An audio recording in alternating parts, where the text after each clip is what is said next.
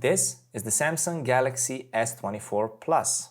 This phone came out in January 2024, so now 8 months later, I thought it'd be a good time to take a look at it once again and see how well it held up. It has a 6.7-inch display along with a 4900 mAh battery, and those two are basically the only differences between this one and the regular S24. It has a very similar vibe to the previous generation, the S23, the boxed out design, same camera placement. It basically looks almost exactly the same, but there were some internal changes to it. For example, the S23 came out with Android 13 and offers 4 major Android upgrades, while the S24 series came out with Android 13 but offer 7 full years of software support, which especially for Android is out of this world, and these are basically iPhone numbers. Now, I'm not sure a lot of people will hold on to their phone for 7 or 8 years, but it's a good thing. Additional difference between this one and the S23, the S23 series all came with the Snapdragon 8 Gen 2, while this phone comes with the Snapdragon 8 Gen 3, but that's for USA, Canada, and China, while the international version comes with the Exynos 2400 chip. And there's been a lot of debate on this over the years, because Samsung has been doing this for quite some time, but honestly, I don't think it's as important as people make it out to be. I have the Exynos version, and it's really fast, it's really responsive. I've never seen it stutter or anything like that. It's just a really good experience, even though it doesn't run the Snapdragon 8 Gen 3, which is on paper a superior chip in benchmarks and stuff like that. But like I said, this phone is really fast, really responsive, and I feel like it's gonna stay fast and responsive for an extended period of time. Couple that with 12 gigs of RAM, and you got yourself a real powerhouse. So in these 6.7 inches is a 120Hz AMOLED display peaking at 2600 nits of brightness. So it's a really bright and really high quality display with great colors, contrast, viewing angles, and everything like that. It's just overall a really good display. What's maybe more important to people, or at least what's more important to me, is that it has Gorilla Glass Victus 2, both on the front and back glass, along with the Armor aluminum frame, which is supposed to have tougher drop and scratch resistance. And yes, this phone is really, really durable. Although, so was the S23. One more thing they changed is the base model storage. The S23 started at 128 gigs, while the S24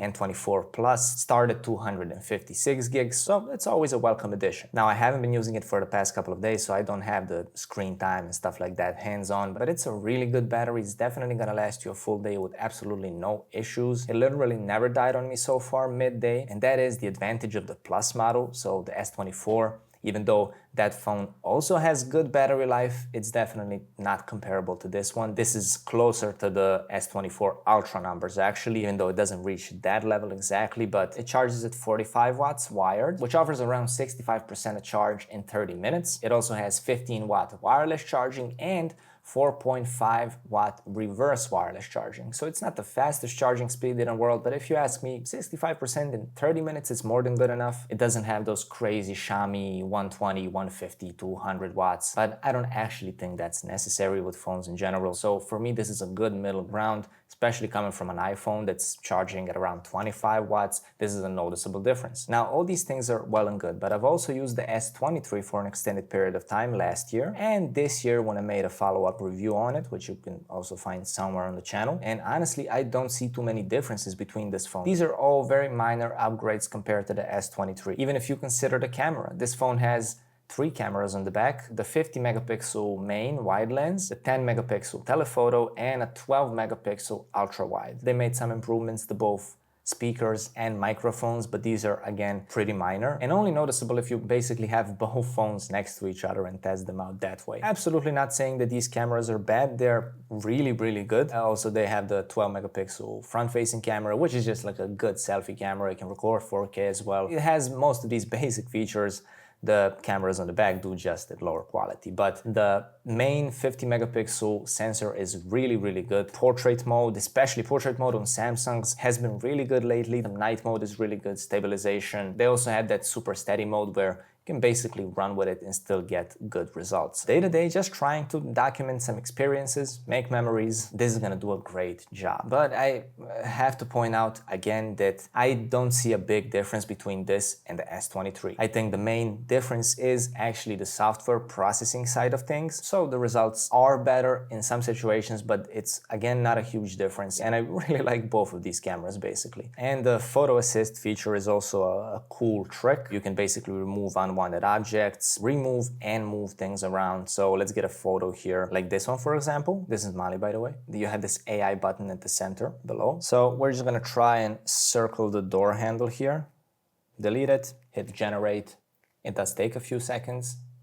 Changed it to something, it just looks different. It's just like a different door handle. I don't know why, I thought I was gonna delete it completely. By the way, there's a lot of things you can do. You can actually make the cat like huge, like that. That's not weird at all. So now again, give it a few seconds.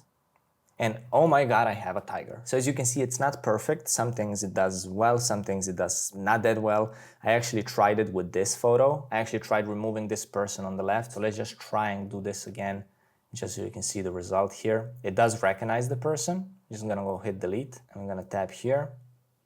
Doesn't matter, it doesn't have to be perfect, but the results that came out last time were just hilarious, so I wanted to kind of try and repeat it and see what comes up this time. Okay, so it just decided to kind of blur it now. This actually looks pretty good, the pole is completely gone. So now definitely after testing this photo twice, it's absolutely a hit and a miss, because the last time I did it, they actually just put some green grass in it and made it like daylight.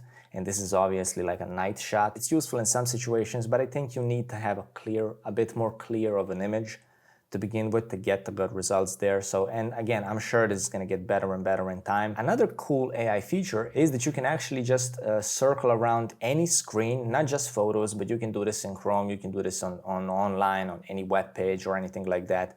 If there is an object on the image, you can just press and hold on the bottom here and just circle around an object you want to look up, and you're just going to look it up on Google and give you like a good, and this feature actually works much better. As you can see, it came out with the exact model of the camera I had in the image. There's also the new interpreter feature, so you can just swipe down here and hit interpreter. This can actually allow you to speak to a person that doesn't speak your language in real time. So basically you would say something in one language and it would translate it to the person opposite you, something like that. Since I can speak English and Serbian and this doesn't support Serbian, let's just say something random in English and see what comes up. Deja que digas algo al azar en inglés y ve lo que viene. And you can actually do the same thing live on a call. There is a fair amount of languages available, but like I said, I was actually really looking forward to testing this out in Serbian or Croatian or something like that. So I'm sure it will be available at some point, but we're just gonna have to wait and see. A lot of these AI features are actually focused on conversations, language, translation, which can absolutely be useful if you're traveling, if you need to communicate with someone that doesn't speak the same language. There is additional useful AI features that I didn't cover yet. For example, you can get article summaries. No, I don't want to set it as default, go away. Let's do this, for example. I misspelled a lot of stuff here, but okay. Hit the AI button on the bottom and go to summarize. You can, by the way, translate them as well. Go to summarize and it's just gonna give you a quick short summary of the whole web page. So I'm still kind of here and there on these AI features. A lot of them are great, a lot of them kind of gimmicky, but I'm looking forward to see what comes next, because I'm sure they're just gonna get better and better over time. If you're looking to get this phone, it's really good, it's really reliable. If you're coming from something like the Galaxy S10 or S20 series or something like that, this phone is a really good choice. Again, I just have to point out, even though this phone is a really good package and you get a lot of value from it, you will get 98% of the same features from the S23 and S23 Plus.